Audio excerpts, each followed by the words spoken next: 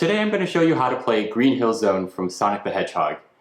This is going to be a longer tutorial because I'm going to actually break things down into sections and show you how to practice those sections, the technical parts in each one, and then I'm actually going to show you some variations that you can try once you get the basic arrangement down.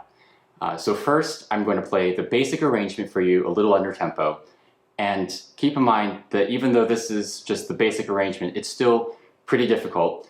I would say it's probably for an intermediate to an advanced level student. So here's the basic arrangement.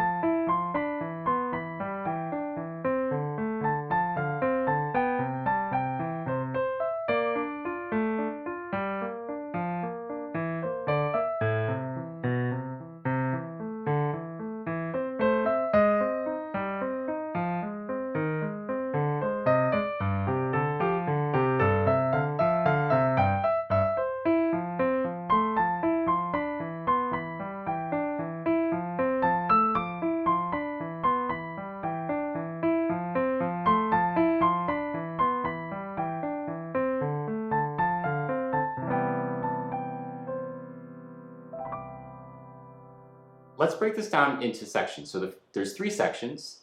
The first one, I'll play the first section for you.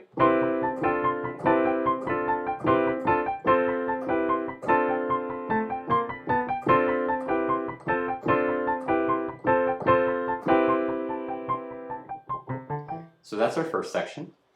We'll look at the right hand first. It's repetitive, these four notes. It's not the melody. The melody is in the left hand. So we want to play the right hand quietly. And to do that, I would practice with a shallow touch, moving your fingers as little as possible. So you don't want this kind of thing happening. Just experiment with how little you can move your fingers while still having a bouncy touch, but not overly loud, right? That's all you need. Meanwhile, with the left hand, you're going to use the opposite. You're going to use lots of arm weight and just drop into those keys.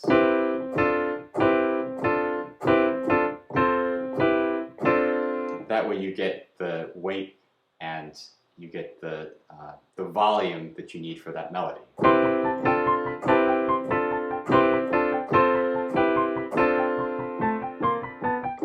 Now I'm holding this bass note between the first chord and the second chord.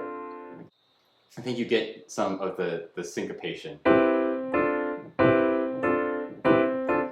when you are able to hold the C and only reattack every other chord.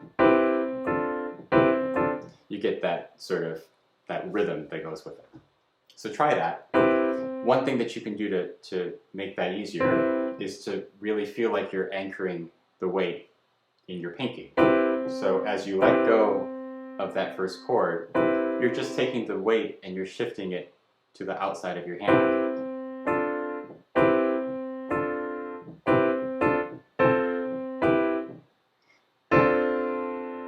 This whole chord here can be emphasized because it is it's a syncopated chord. It comes on a weak beat, which is the fourth beat, right?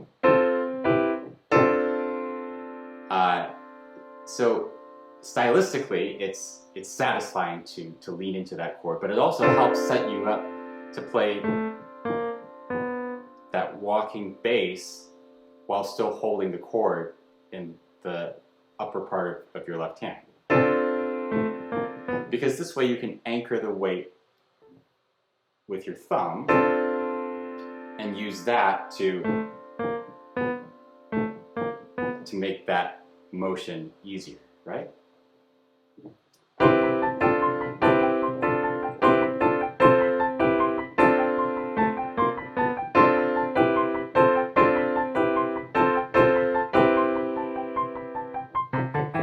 I like to play those staccato because it helps to draw your ear into, oh, there's a new section coming and a new harmony.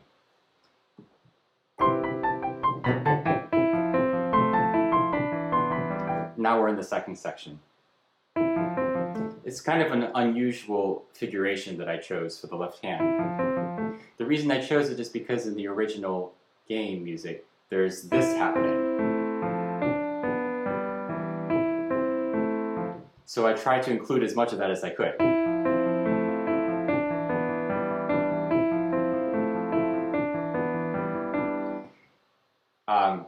If that's awkward, you can practice it in groups of 2. You can also practice it in long, short rhythms. So long, short, long, short, long, short, long, short, long, short, long, short, long, short, long, short, long, short, long, short. You can also, as you're doing the long, short rhythms, think about the weight being stressed and then released on the short note. So it's stress, release, stress, release, stress, release, stress, release, stress, release, stress, release, stress. Down, up, down, up, down, up, down, up, down, up, down, up, down. So you have that going on.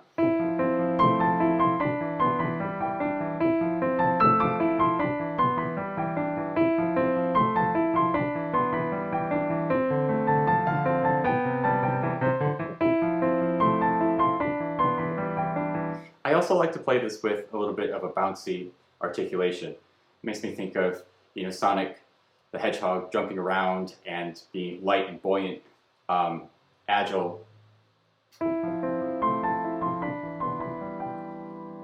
This feeling, if you don't play it bouncy, it sounds very expansive and dreamy. And I'm not sure that that's what I think of when I think of Sonic. Of course, you can try that like as a variation, but I would probably default to playing with a little bit more bounce, right?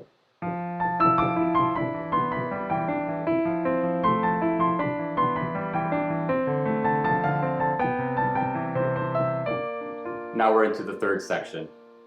We have a melody happening in the left hand. I'll play the melody by itself.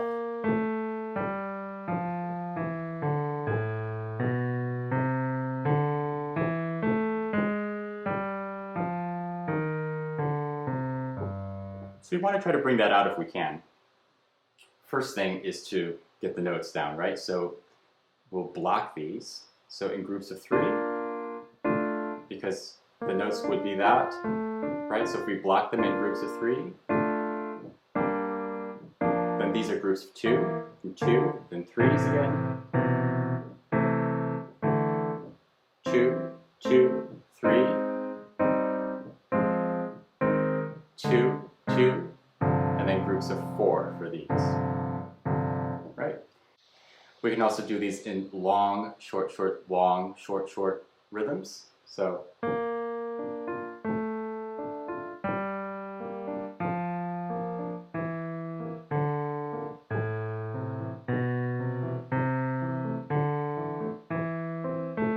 then when you do that, you hear naturally that I'm putting the stress on the melody. Stress, release, release, stress, release, release, stress, which is what we want. That's the note that we want to bring out.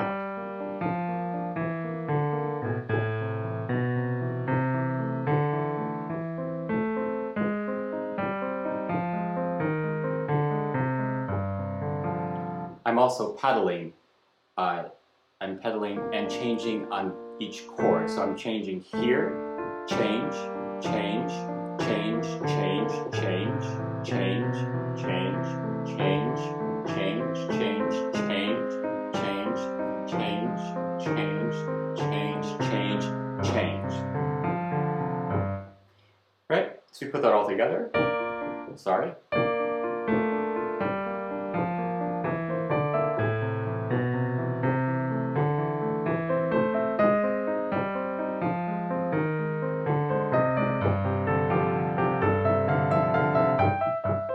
Then back to the second section.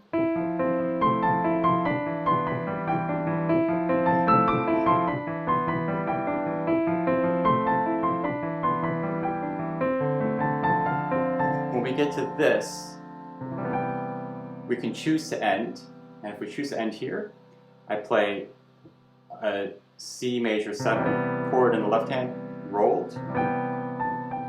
I finish the melody in the right hand, push down the pedal on this, so we capture this in the pedal. I play a C in the bass and an E minor 7 rolled chord in the right hand. Of course, you could just keep looping. You could play the second section, go into the third section again, go back to the second section, and choose to end on any of these measures that happen in the second section. So let's put that all together. This is the basic arrangement played at normal speed.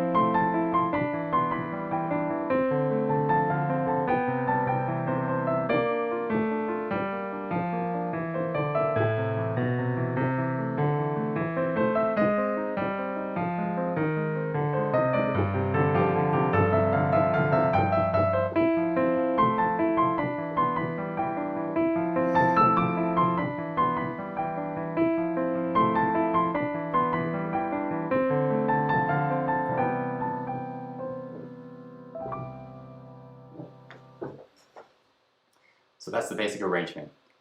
Now I'll show you some variations that you can try. So the first thing is to play the little introduction that happens right before the song, right? The figuration in the right hand, I like to use 3-1, 3-1, 3-1, 3-1 for that. You could also use 2-4, sorry, it'd be 4-2. You could also do 2-1, right? So those would be, so here's 3-1. You can do 2-4, sorry, 4-2, or 2-1.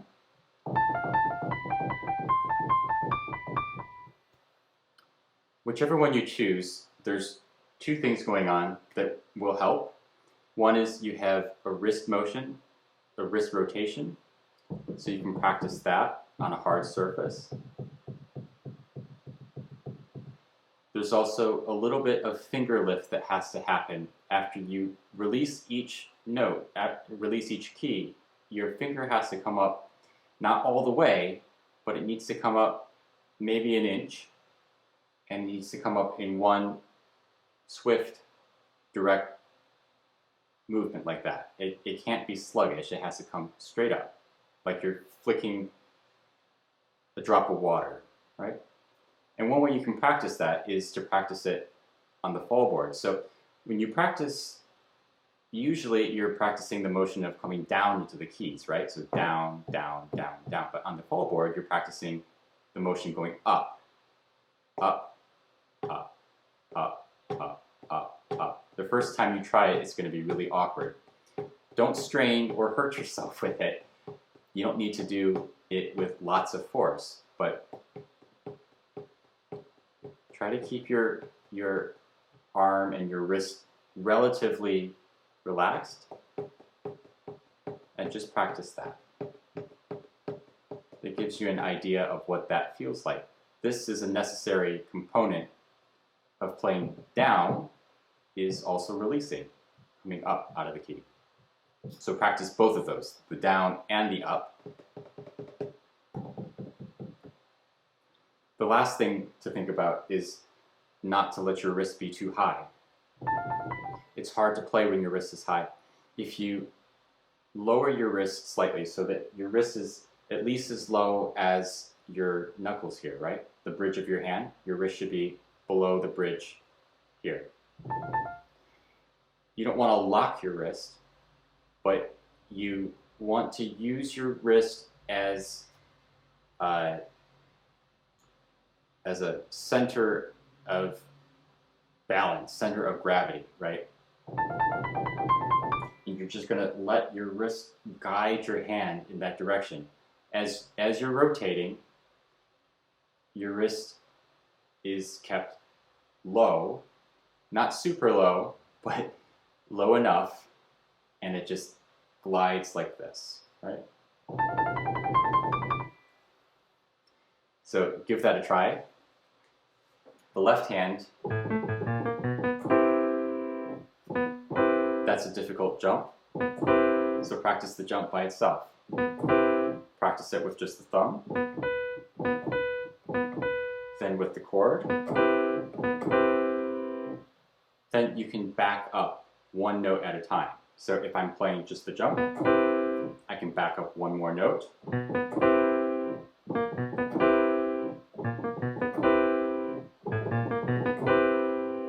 I can do that with the right hand as well.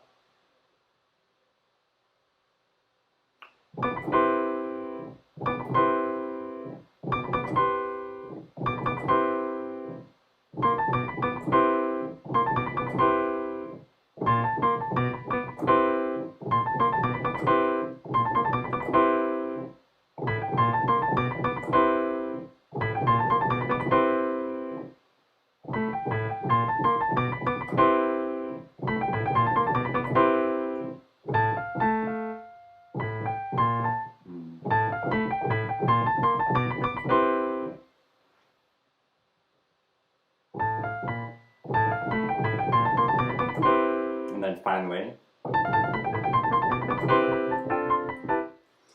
you can also try doing it without the jump. Just put the left hand up an octave. That way you don't have to jump at all. Once you get comfortable with that, then try it with the left hand down.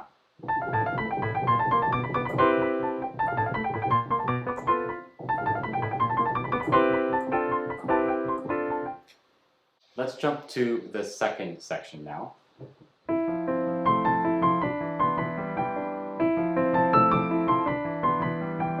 There's a variation you can do in the right hand. In the game, there is this response that happens, right?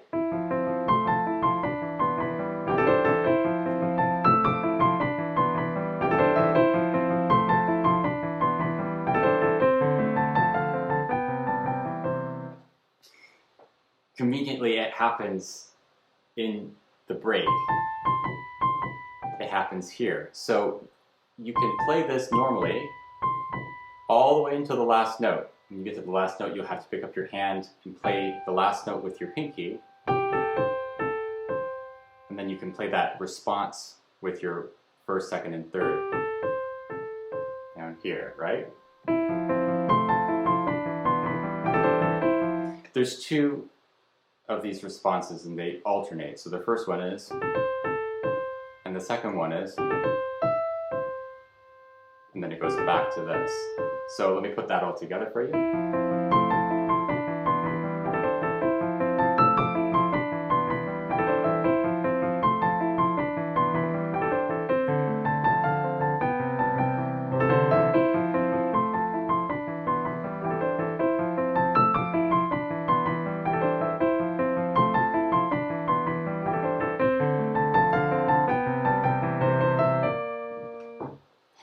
When we get to the third section, there is an expanded left hand variation.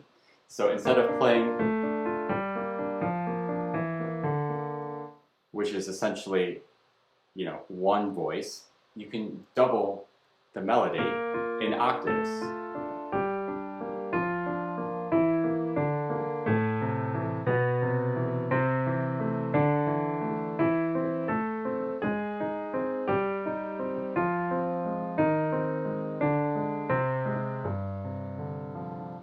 practice this the same way that I showed you before. So block the chords.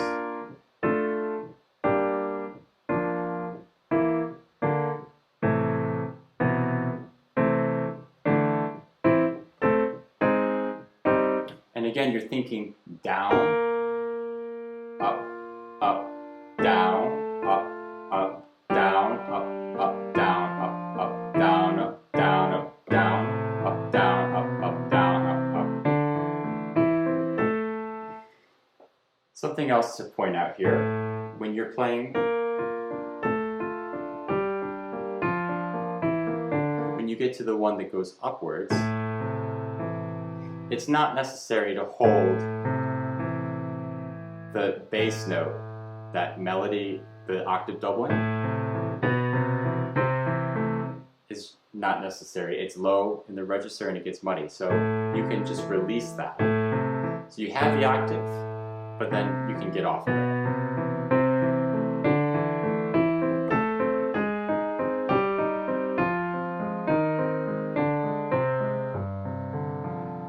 So putting both hands together.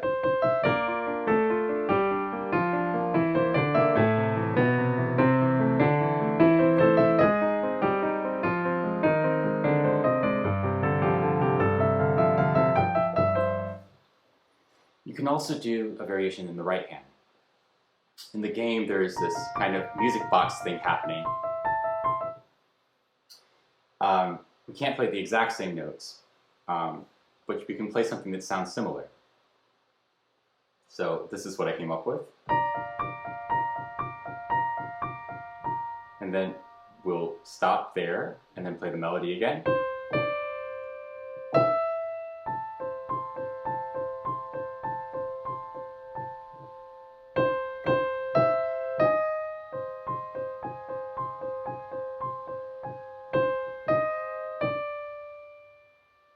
Notice that when you play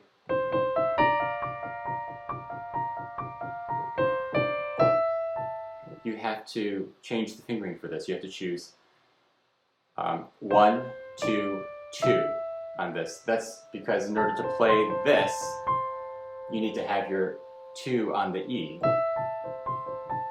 So play thumb, 2, 2.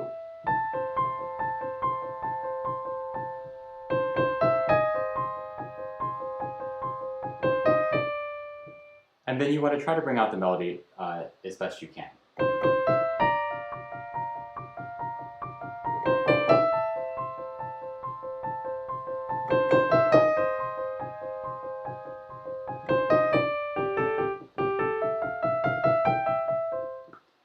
So if we put that all together,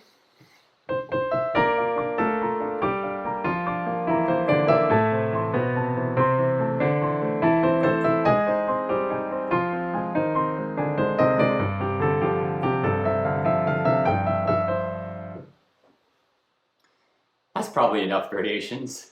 So let's put all that together. So this is the arrangement with variations at the normal tempo.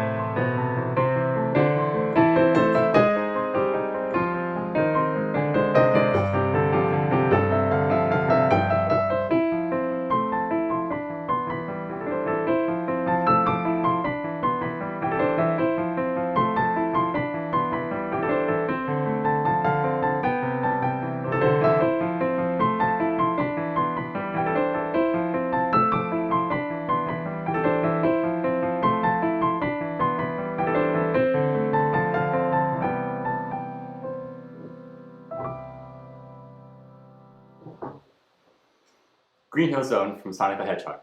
I hope you enjoyed that. If you have questions, please write to me in the comments box below, or you can contact me through my website at joshtatsuocullen.com. I'm also teaching online piano lessons, so if you're interested, please find the form on my website and fill it out. I'd be happy to meet with you online and to listen to you play and give you some feedback. I hope you have subscribed. If you haven't, please do so, and thank you for watching.